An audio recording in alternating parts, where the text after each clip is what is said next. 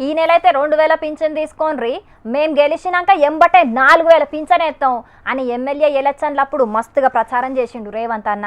కానీ గా ముచ్చట యాది మర్చిండో ఏందో గాని 4000 ఇయ్యకుండా షాక్ ఇచ్చిన రేవంత్ అన్న ఇప్పుడు ఇంకొక పెద్ద షాకే ఇచ్చిండు ముసలోళ్లకు. గది చూసైతే తిట్టకుండా తిడుతున్నారు రేవంత్ అన్న సర్కార్ను. పేరుకే ఆసరా పింఛన్లు గాని ముసలోళ్లకు ఆసరా లేకుండా చేస్తున్నది షయ్యపాటి సర్కారు. గప్పట్ల కేసీఆర్ సారు ఆసరా పేరుతోటి అర్హులైన అందరికి పింఛన్లు ఇస్తే రేవంత్ అన్ననేమో తీసుకున్న పింఛన్లను ఎన్కకియ్యాలే అని నోటీసులు పంపిస్తున్నాడు. కొత్తగూడెం జిల్లాలుండే దాసరి మల్లమ్మ అనే గీ ముసలవ్వకు ఆసరా పింఛన్ తీసుకోనీకి అర్హత లేదని, గిప్పటిదాకా గామె తీసుకున్న 1,72,928 రూపాయలు సర్కార్కు 7 రోజుల్లో కట్టాలే అని నోటీసులు పంపిర్రు కొత్తగూడెం మున్సిపల్ ఆఫీసర్లు.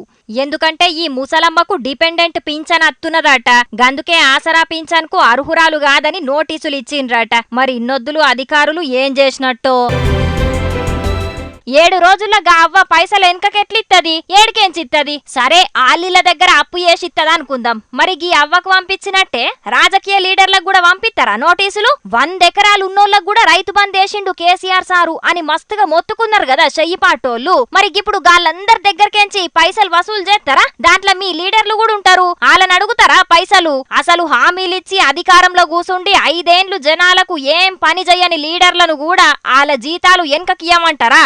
ఆలోచన కూడా రాదు మీకు. నీ అవ్వ మాకేదో పథకాలిచ్చి మా బతుకులు మారుతావని 3 రంగుల జెండా బట్టి అని నీకు ఓటేసి గెలిపిస్తే మాకు పథకాలు ఇచ్చేదేందో గాని రివర్స్ గా మా కాడికెంచే పైసలు కట్టించుకునే ఆలోచనలు చెయ్యబడితివి. ఇదెక్కడి పాలన రేవంత్ సారు అని గరమైతున్నారు. మస్తుగా మార్పు కోరుకొని ఆగమైతున్న పబ్లిక్.